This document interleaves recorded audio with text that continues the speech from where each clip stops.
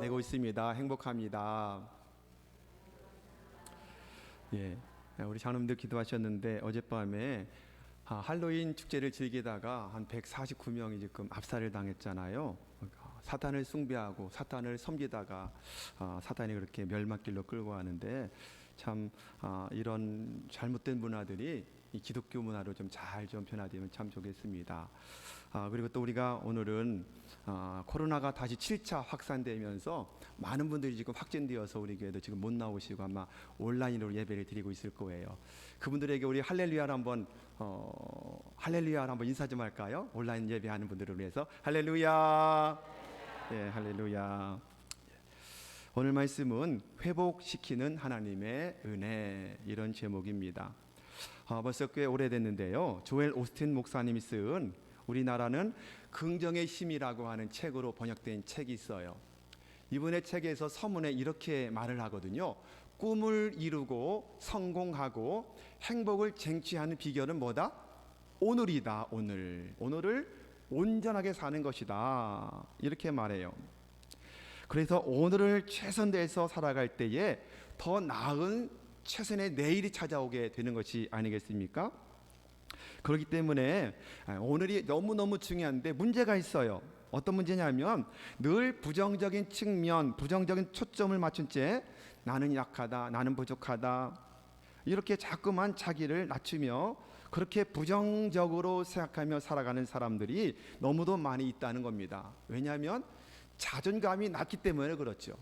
성령 충만 받지 못하고 자존감이 낮으면 그렇게 되는 것입니다. 이런 사람들의 특징은 뭐죠?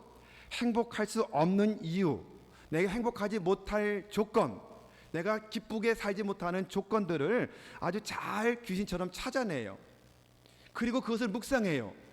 그리고 그것 때문에 더 깊이 고난에 빠지고 고뇌에 빠지는 모습을 보게 되는 것입니다. 이런 사람들의 특징 또 하나가 있어요. 뭐냐면 언젠가는 되겠지, 언젠가는 나도 믿음이 자랄 거야, 언젠가는 나도 성장할 거야, 언젠가는 나도 복을 받을 거야, 언젠가는 나도 인생이 풀릴 거야, 언젠가는 나도 돈을 많이 벌겠지. 언젠가는 늘 그렇게 말해요. 지금이 아니라 언젠가는 될 거야 라고 말하지만 그분은 그렇게 말해요. 언젠가는 결코 찾아오지 않는다. 우리에게 오직 오늘뿐이다. 과거는 바꿀 수가 없어요. 미래는 내 것이 아니에요. 하나님의 것이에요. 그렇기 때문에 오직 오늘뿐이다. 이 바로 오늘뿐이기 때문에 언젠가로 자꾸만 미루면서 아무것도 오늘 하지 않으면 아무것도 이룰 수 없다는 것을 말하고 있는 것입니다. 그러면서 온전하게 오늘을 사는 방법이 무엇일까를 그 책에서 아주 자세하게 또 재미나게 소개하는 모습을 보게 됩니다.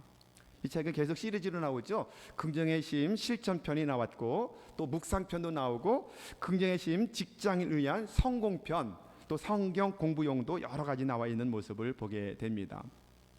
이러고 보니 꼭 제가 책을 파는 세일즈맨이 된 것 같아요. 하지만 정말 좋은 책을 만나면 그 책을 팔러 다니고 싶은 마음이 생길 때가 있거든요. 그리고 가을은 독서의 계절인데 가을이 다 가기 전에 한번 이런 좋은 책을 한번 좀 읽고 다시 한번 나를 점검하고 낮은 자존감을 회복시키고 내 모든 생각, 말, 마음이 부정적인 것을 벗어버리고 오직 긍정으로 바꿀 수 있는 그런 여러분 모두가 되기를 주님의 이름으로 축원합니다. 그리고 그 책을 좀 읽고 은혜 받고 우리가 요즘에 베스트를 섬기잖아요.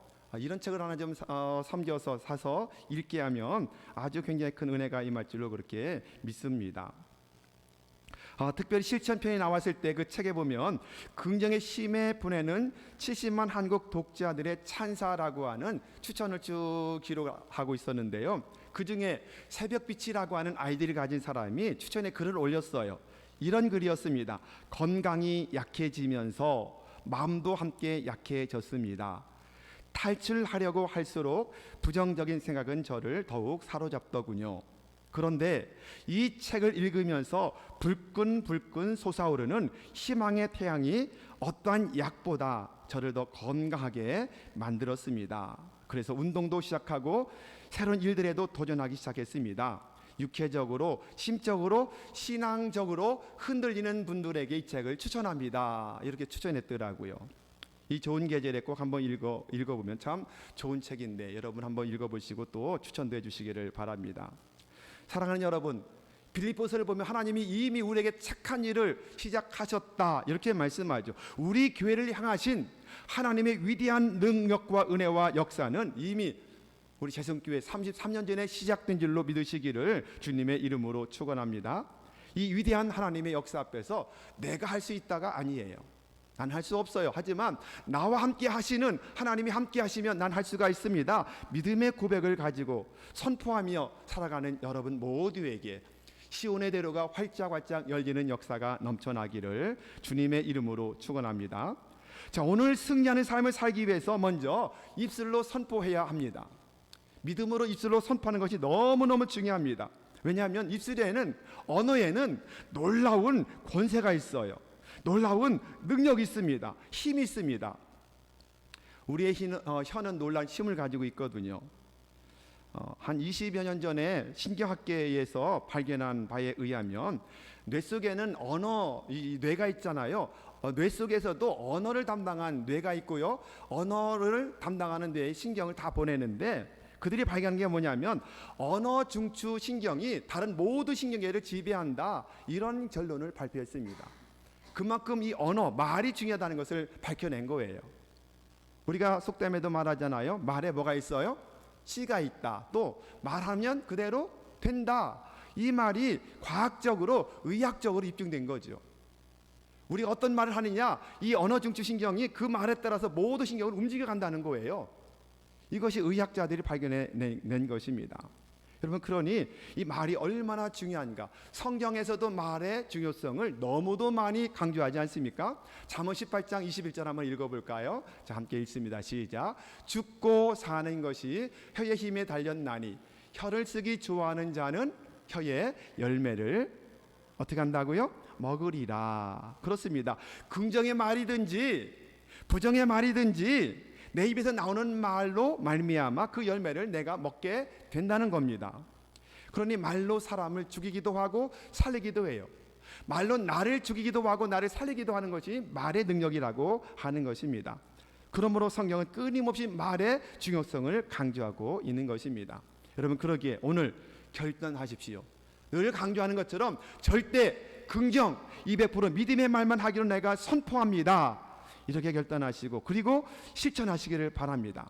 그리고 말의 권세를 누리는 여러분 모두가 되기를 주님의 이름으로 축원합니다. 이 말의 권세, 인생을 바꾸는 말에 대해서 그 책에서 그분의 어머니의 간증을 소개를 하거든요. 1981년 목사님의 어머니가 간암 말기에 갑자기 발병이 된 거예요. 이 간은 통증을 모르기 때문에 발견됐다면 거의 말기에 발견되잖아요. 갑자기 발견돼서 갔더니 말기 4기 말기가 암으로 발견되게 된 것입니다. 살이 계속 빠지죠. 얼굴은 노랗게 변하다 못해 흑빛으로 변하죠. 복수는 차오르죠. 결국 현대의학으로 해결할 수 없는 지경이라고 의사들이 선포합니다. 그리고 몇 주밖에는 살지 못합니다. 진단을 받습니다. 사형 선고죠. 병원에서도 포기하고 집으로 돌려보냈습니다. 그런데 놀랍게도 의학자들이 포기했지만 가장 최고의 권위가 되시고 대의사가 되신 하나님이 하면 할 줄로 믿습니다. 여러분 믿으시나요? 믿으시기를 바랍니다. 이분 어머니와 온 가족이 기도하기 시작을 합니다. 아마 다른 가족들은 오스틴 목사님도 마찬가지 어머니가 죽음을 잘 준비하기 위해서 기도했는데 이 어머니는 달랐습니다. 그리고는 그는 하나님의 말씀을 마음과 입에 두기로 결단합니다. 그리고는 선포합니다. 나는 죽지 않고 살아날 거야. 나는 하나님의 역사하심을 볼 거야. 이렇게 늘 말하는 거예요. 답답한 오스틴 목사님이 말했습니다. 아니 어머니 도대체 어떻게 죽지 않으시겠다는 말이에요. 그래서 어머니가 말합니다. 아주 확신 있게 말하기를 뭐라고 말하느냐면 아들아 나는 주님과 그분의 권능 안에서 누구보다 강하단다. 하나님 나를 살려주실 거야. 그리고는 이분이 실천한 게 있어요. 성경 말씀을 읽으면서 치유에 관한 말씀을 40개 정도를 다 적었습니다. 다 낱낱이 적은 다음에 매일매일 시간 날 때마다 그 말씀을 읽으며 선포하는 거예요. 하나님의 말씀을 선포하는 겁니다. 성경 시편 말씀하죠. 말씀을 보내어 위경 중에서 어떻게 해요? 고치신다는 말씀, 이런 말씀을 다 찾아내서 선포하는 겁니다. 여러분 어떻게 되었을까요? 놀라운 일이 일어납니다. 놀랍게도 병세가 호전되기 시작합니다. 밥맛이 돌아옵니다. 살이 점점 붙습니다. 얼굴빛이 정상으로 돌아갑니다. 독소가 빠져나갑니다. 신기한 역사가 나타났습니다. 그리고 그 책에 기록할 때에 그 후로 깨끗이 나아서 20년 정도 건강하게 사신다는 거예요. 지금 꽤 흘렀으니까 지금은 어떤지 모르겠는데 그 책에 쓰여졌을 때 한 20-30년 정도 아주 건강하게 문제없이 살아가는 힘을 얻고 능력을 받은 어머니의 이야기를 소개하고 있습니다. 할렐루야. 혹시 육신의 질병 때문에 고통하는 분이 계시다면 여러분도 한번 실천해 보십시오. 성경 말씀을 부지런히 읽어야 되겠죠? 읽으시면서 치유에 관한, 신유에 관한 그 말씀을 한번 써보십시오. 써서는 안 됩니다. 쓴 다음에는 매일매일 시간 날 때마다 선포하십시오. 선포하고 또 선포하고. 왜요? 말의 혀의 열매를 먹게 되기 때문에 그런 줄로 믿으시기를 주님의 이름으로 축원합니다.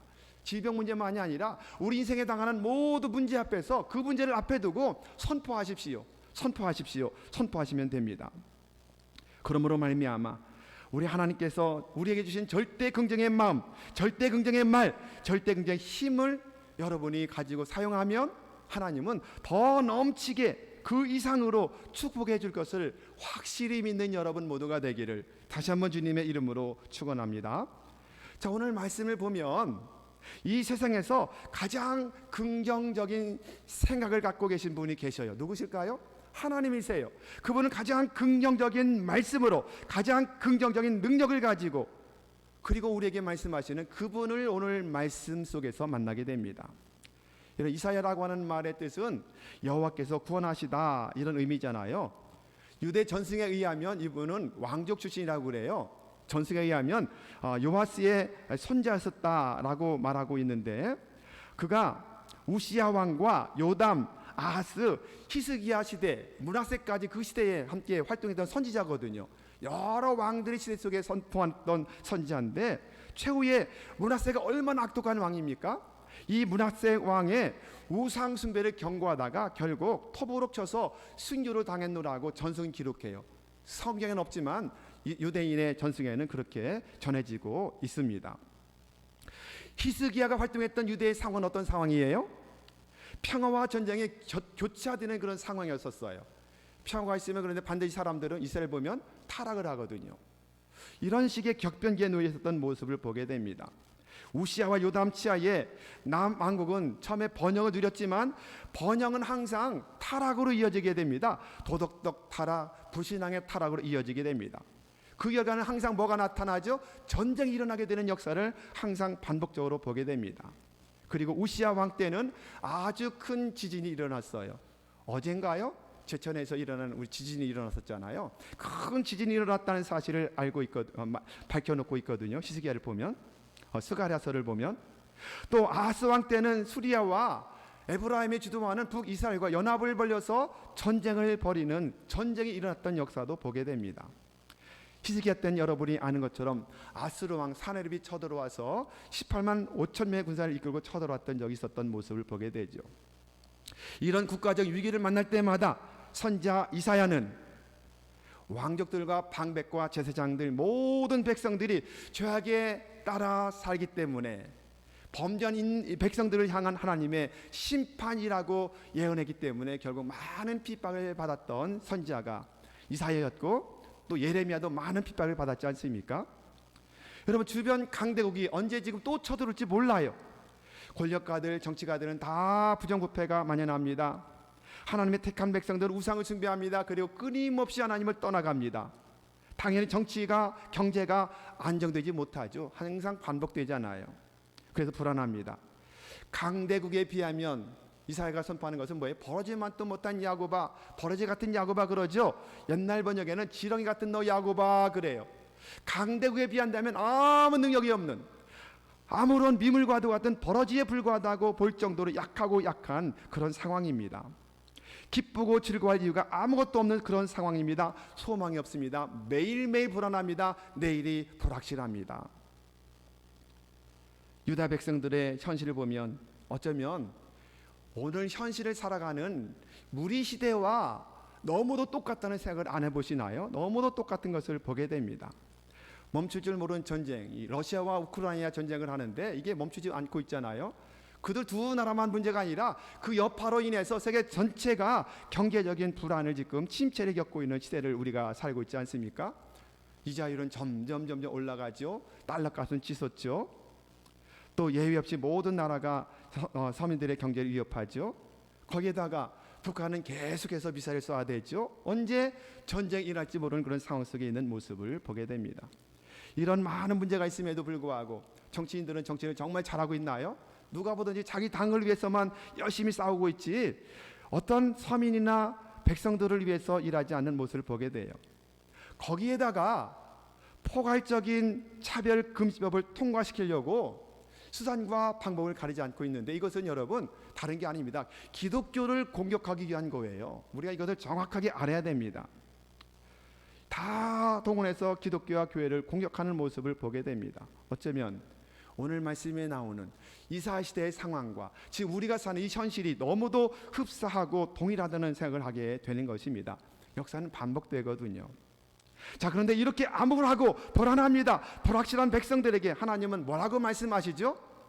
오늘 말씀 보면 가장 긍정적인 생각을 가지고 계시며 가장 긍정적인 힘과 능력으로 말씀을 하고 있는 겁니다.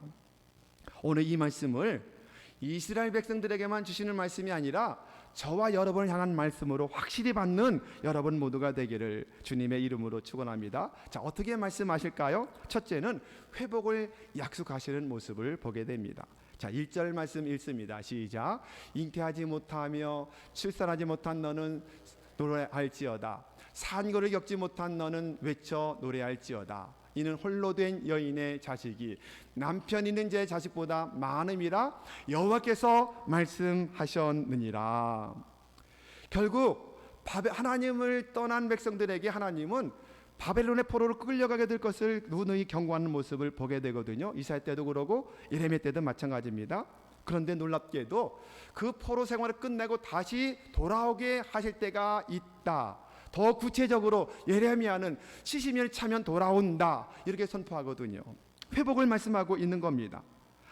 황폐한 땅이 되었지만 그러나 긍정적인 말씀을 가지고 계시는 하나님께서 힘의 원천되는 그분께서 회복을 시켜주시겠다 이렇게 말씀하고 있는 것입니다. 그 땅을 아주 멸하지는 않는다. 그리고 말씀하기를 그 땅에 남은 자를 두셨다 이거예요. 남은 자를 두셔서 남은 자를 통해서 회복시켜 주시겠다 이렇게 말씀해요. 이 남은 자 사상이 이사야 신약에서 가장 중요한 신학입니다. 남은 자를 통해서 일하시는 하나님. 하나님은 남은 자를 통해서 다 회복시켜 주실 은혜를 베풀어 주신다.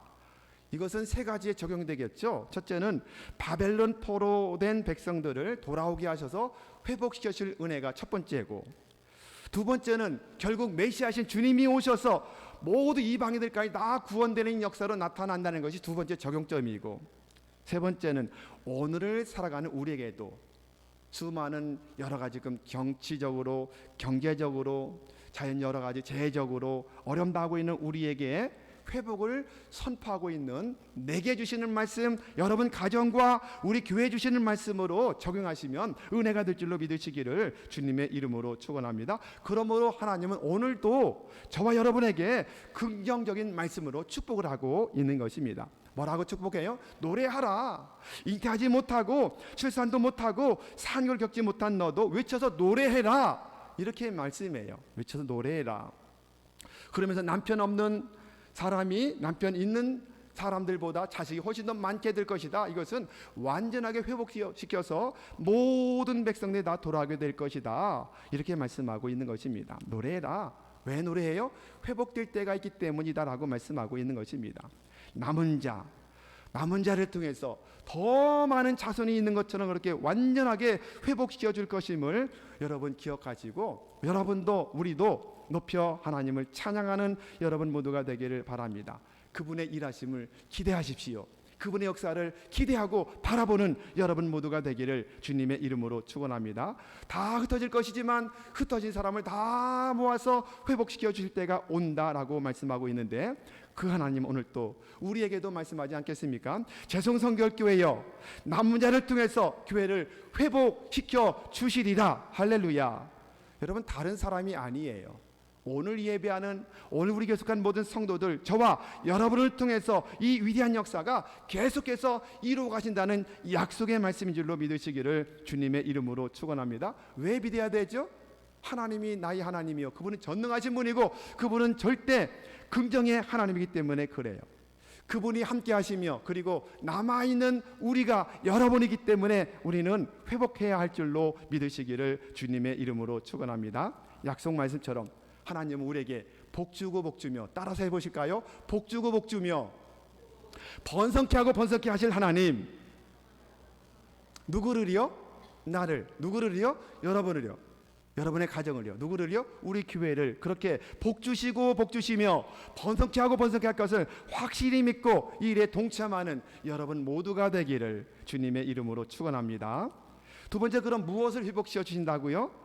장막의 터를 넓혀 주신다. 이렇게 말씀해. 이어서 지경도 넓히시고 자손에게는 열방을 주신다라고 약속하는 모습을 보게 되는 것입니다. 자, 그 중에 2절 말씀 읽어볼까요? 자, 시작. 내 장막 터를 넓히며 내 처소의 휘장을 아끼지 말고 널리 펴되 나의 줄을 길게 하고 너의 말뚝을 견고히 할지어다. 아멘.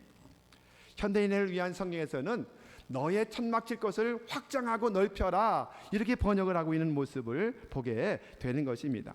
회복시켜 주실 것이기 때문에, 모든 백성이 다 돌아올 것이기 때문에 뭘 하라고요? 장막의 터를 넓혀라, 휘장도 아끼지 말아라, 말뚝을 견고히 해라, 줄도 잘 준비해 놓아라, 이렇게 말씀하고 있는 것입니다. 메시아가 오셔서 이방인까지도 올 것을 기대하면서 그 장막의 터를 넓혀가라 라고 말씀하고 있는 것입니다. 우리 교회가 이미 장막의 터가 아름답게 넓혀져 있잖아요. 다 넓혀져 아름다운 성전을 지어놨잖아요. 그러니 이 빈자리마다 어떻게 한다고요? 가득가득 채워질 것을 바라보십시오. 선포하십시오. 그리고 그 일을 위해서 실천하십시오. 아멘. 여러분이 주인공이에요. 누가 해주지 않습니다. 언젠가는 누군가에 의해서 우리 교회의 빈자리가 채워지겠지? 아닙니다. 언젠가는 부흥하겠지? 언젠가는 오지 않는다고 말씀드렸잖아요. 그렇습니다. 조엘 오스틴 목사님 말씀하잖아요. 언젠가는 결코 찾아오지 않는다. 우리에겐 오직 오늘뿐이다.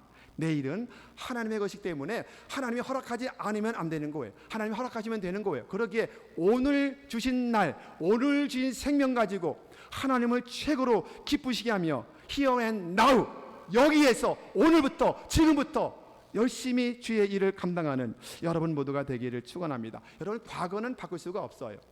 미래는 어떤 모습인지 우리가 알 수 없습니다. 다만 비전을 가지고 바라볼 뿐이죠. 우리가 능력을 발휘할 수 있는 시간 언제다?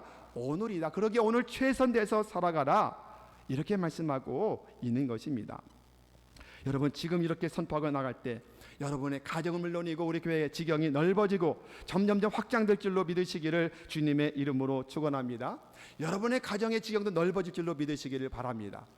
시편 128편에 보면 예루살렘과 그리고 또 성전을 통해서 복 주신다 말씀하죠.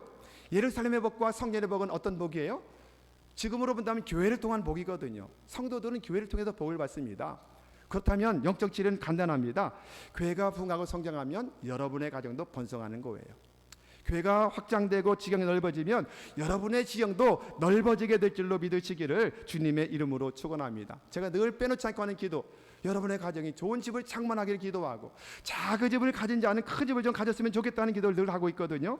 이렇게 지경도 넓어지는 역사가 나타나게 될 줄로 믿습니다. 그러기 위해서 우리가 먼저 할 일, 하나님이 피값 주고 세우신 이 교회를 잘 세워나가는 것, 빈자리를 채워나가는 것, 그러면 동일한 여러분의 가정에도 영적 거정의 복으로, 물질의 거부의 복으로 받게 될 줄로 확실히 믿는 여러분 모두가 되기를 우리 주님의 이름으로 축원합니다. 그렇습니다. 오늘 이스라엘을 통해서 이스라엘 백성들을 완전하게 회복시켜 주시기로 약속하신 것처럼 오늘 우리 교회를, 오늘 여러분의 가정, 심령들 모두를 회복시켜 주신다고 약속하고 있는 것입니다. 근데 문제가 있어요.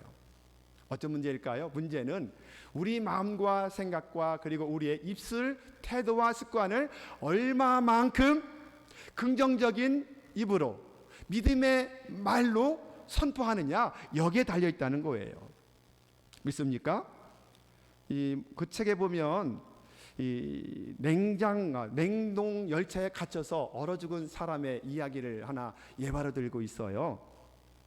아주 몸집이 크고 힘이 센 닉이라고 하는 이 사람이 있는데, 젊은 사람이 이 열차 조차장에서 일하는 사람이에요.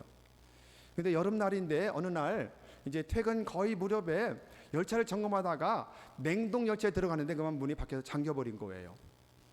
아무리 피멍들도록 문을 두드리고 열차를 두드려도 이미 사람들이 다 퇴근해버려서 찾아올 사람이 아무도 없습니다. 냉동 열차는 영하 30도의 열차입니다. 그 열차에 자기가 갇혔다고 생각하니 어떻게 됐을까요? 이제 나는 꼼짝없이 얼어 죽게 생겼구나. 그리고 이 냉동 열차이기 때문에 혹시 공기가 공급되지 않을지도 몰라. 그래, 질식해서 죽거나 아니면 나는 얼어 죽게 되겠구나. 그러면서 점점점 추위감하고 오기 시작을 하는 겁니다. 그리고는 내가 질식시켜 죽는다. 근데 이 사람의 문제가 뭐냐면 늘 언제나 부정적인 생각을 하는 사람이에요. 최악의 상을 하면서 안절부절 못하며 조금도 긍정적인 삶을 사는 사람이 아니었던 모습이라고 하는 겁니다. 그러니 더 어땠을까요? 안절부절합니다. 낙심합니다. 포기합니다. 절망합니다. 놓고 있다가 주머니 뒤져서 펜을 꺼내서 종이에 적어 내려갔습니다. 너무 춥다. 내 몸이 점점 마비되고 있다. 빨리 구출되지 않으면 난 여기서 죽는다. 이것이 나의 마지막 글이 될 것이다. 이렇게 글을 썼습니다. 그 다음날 아침 승무원들이 와서 냉동열차 문을 열었더니 어떻게 됐을까요? 닉이 쪼그리고 앉아서 죽었습니다. 사인을 검사해봤더니 정말 동상으로 죽은 거예요. 동생 거예요. 얼어 죽은 거예요. 근데 문제는 경찰들이 조사하는 결과 보았더니 냉동차의 전원이 꺼져 있었다는 겁니다. 고장나서 꺼져 있는데 상당히 오래됐다는 거예요. 그런데 밖의 온도하고 안의 온도가 약간 서늘할 정도로 차이가 있었지 얼어 죽을 온도가 아니었다는 거예요. 이거를 밝혀냈습니다. 그럼 왜 얼어서 죽었을까요? 이미 자기가 나는 이제 얼어 죽는구나 라고 인정한 순간에 죽음을 생각하고 그리고는 부정적인 것만 생각했더니 이미 마음속의 전쟁에서 이미 실패한 거예요. 그랬더니 정말 감각적으로 추위가 찾아오는 것처럼 느껴지게 되고 그리고는 서서히 얼어서 죽어갔던 것을 이야기하고 있는 것입니다. 사랑하는 여러분, 이 이야기에서 나오는 닉과도 같은 부정적인 생각, 부정적인 가치관, 부정적인 말하는 것이 우리의 모습은 아닐까요? 나의 모습은 아닐까요? 이걸 한번 정말 정확하게 한번 정해보지 않아야 될까요? 이제 우리 마음과 생각, 언어와 태도와 행동과 습관을 다시 한번 믿음의 언어로 선포하겠다고 결정하는 여러분 모두가 되기를 주님의 이름으로 축원합니다. 모든 긍정의 심이 능력이신 하나님의 말씀을 본받아 그대로 살기를 결단하고 그런 믿음의 삶을 살아가는 여러분 모두가 되기를 주님의 이름으로 축원합니다. 황량했던 땅을 다 채우시겠다. 장막의 털을 넓혀주시겠다. 지경도 넓혀주시겠다. 자녀들은 열방을 얻는 역사가 나타나게 되겠다. 온전하게 회복을 약속하신 그 하나님이 오늘도 지금도 여기에서 우리에게 말씀하고 계십니다. 다른 사람들에게 주신 말씀이 아니라 오늘 나에게, 우리에게, 우리 가정과 우리 교회에 주신 말씀으로 확실히 믿는 여러분 모두가 되기를 주님의 이름으로 축원합니다. 우리 한번 그런 의미에서 한번 선포해 볼까요? 예, 한번 크게 외쳐보겠습니다. 시작. 나는 생각과 말의 힘을 알기에 절대 긍정 200% 믿음의 말만 한다. 할렐루야. 선포하셨어요? 그렇게 하셔야 됩니다. 아멘. 두 번째, 시작. 나는 과거의 망령에서 벗어날 것이다. 아멘. 세 번째, 나는 역경을 통해 강점을 찾는다. 수많은 역경이 우리에게 지금 찾아오고 있지만 그 역경 속에서 하나님의 능력과 힘을 찾고 오히려 강점을 찾는 여러분 모두가 되기를 주님의 이름으로 축원합니다. 네 번째, 마지막, 시작. 나는 언제나 행복하기를 선택했다. 어려워도 힘들어도 질병이 찾아와도 고난의 문제가 있어도 수많은 사건 사고가 있다 할지라도 나는 언제나 행복하기를 이미 선택했습니다. 행복하시기 바랍니다. 선포하면 됩니다. 행복해서 행복하다라고 하는 것이 아니라 행복하다라고 말하기 때문에 점점 더 행복해지는 은혜의 삶을 살아가는 여러분 모두가 되기를 바랍니다. 이번에 옆 사람하고 인사 좀 하실까요? 서로 바라보시면서 잘 됩니다, 잘 됩니다, 잘 됩니다. 시작. 예, 잘 됩니다 할 때는 좀 강조하셔야 돼요. 잘 됩니다. 예, 한 번 더 인사하십시오. 잘 되고 있습니다. 행복합니다. 예, 계속 선포해야 돼요. 잘 되고 있습니다. 기도하고 순종하면 됩니다. 예, 그렇습니다. 잘 됩니다. 하나님이 하시면 되는 거예요. 오늘 말씀에 분명히 하나님이 하신다고 약속하셨어요. 그 약속의 말씀을 믿으십시오. 믿고 선포하십시오. 그리고 오늘을 최선 다해서 믿음으로 살아가시는 여러분 모두가 되기를 주님의 이름으로 축원합니다.